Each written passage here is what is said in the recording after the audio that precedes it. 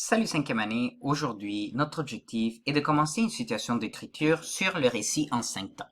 Je vais te montrer le plan de travail du récit en 5 temps.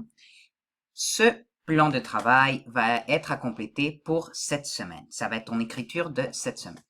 Alors je vais te demander s'il te plaît de penser à une situation d'écriture, excuse-moi, de penser à les choix que tu vas faire pour ton plan de travail.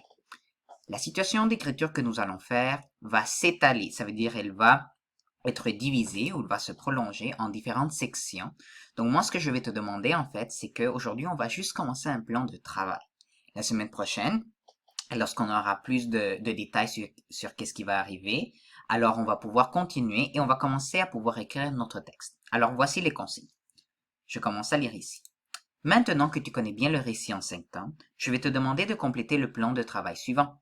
Assure-toi de bien remplir chaque espace avec des phrases complètes. Ceci est un plan, alors assure-toi que tes phrases contiennent assez d'informations pour pouvoir commencer ton écriture la semaine prochaine. Alors, cinquième, tu auras deux options, soit l'option 1 ou l'option 2. Ça veut dire que tu vas écrire une histoire dépendamment de quelle option tu choisis. Lisons la première.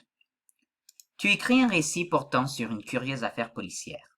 Écris un récit en 5 temps, mettant en scène un policier ou une policière un peu malhabile. Cette personne se retrouve dans des situations cocasses à cause de ses bêtises. Des situations cocasses, ce sont des situations un peu drôles.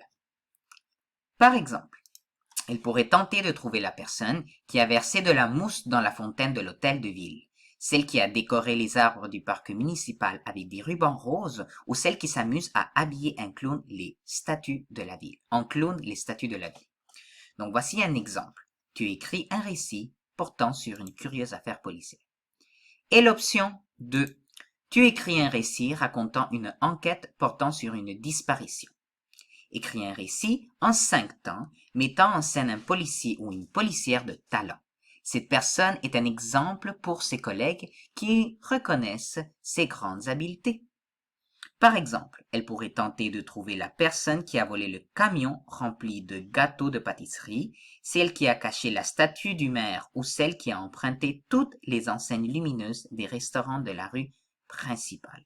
Alors je répète, c'est mettant en scène un policier ou une policière qui a beaucoup de talent. La personne est reconnue par les autres parce qu'elle fait de choses très bonnes et très habiles. Alors c'est à toi de choisir, soit l'option 1, soit l'option 2. Quand tu auras décidé lequel tu veux, tu pourras maintenant commencer ton plan de travail. Dans le plan de travail, tu as les 5 étapes. La situation initiale, l'élément déclencheur, les péripéties, le dénouement et la situation finale. Alors, tu vas devoir compléter de la meilleure façon possible les 5 différentes parties. Comme tu vois, il y a euh, un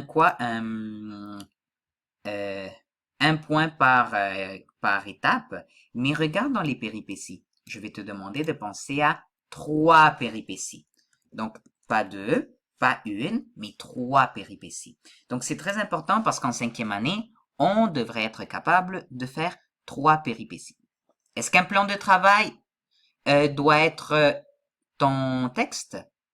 Non, ton plan de travail n'est pas le texte. Ton plan de travail, c'est un exemple de qu'est-ce qui pourrait être ton texte. Donc, tu ne dois pas écrire des phrases longues et complexes, mais de toute façon, ça doit être détaillé. Ça veut dire si tu as des choses importantes à dire pour ne pas les oublier, c'est dans ton plan de travail que tu vas les écrire. Alors, tu peux être détaillé, mais pas non plus écrire un roman à l'intérieur de ton plan de travail, sinon tu perdras un peu de temps. Moi, lorsque je vais recevoir ton plan de travail, je pourrai te donner des rétroactions et des commentaires à suivre pour que tu puisses commencer ton texte dans l'avenir. Cet exercice se fait après avoir lu et après avoir complété la compréhension de lecture sur l'enquête au musée. Si tu as commencé le plan de travail avant, je te conseille fortement d'aller voir la vidéo et de faire la compréhension de lecture avant même de commencer cet exercice. Alors voilà, c'est notre notre travail d'écriture pour cette semaine et j'espère que tu vas passer une très belle et excellente journée.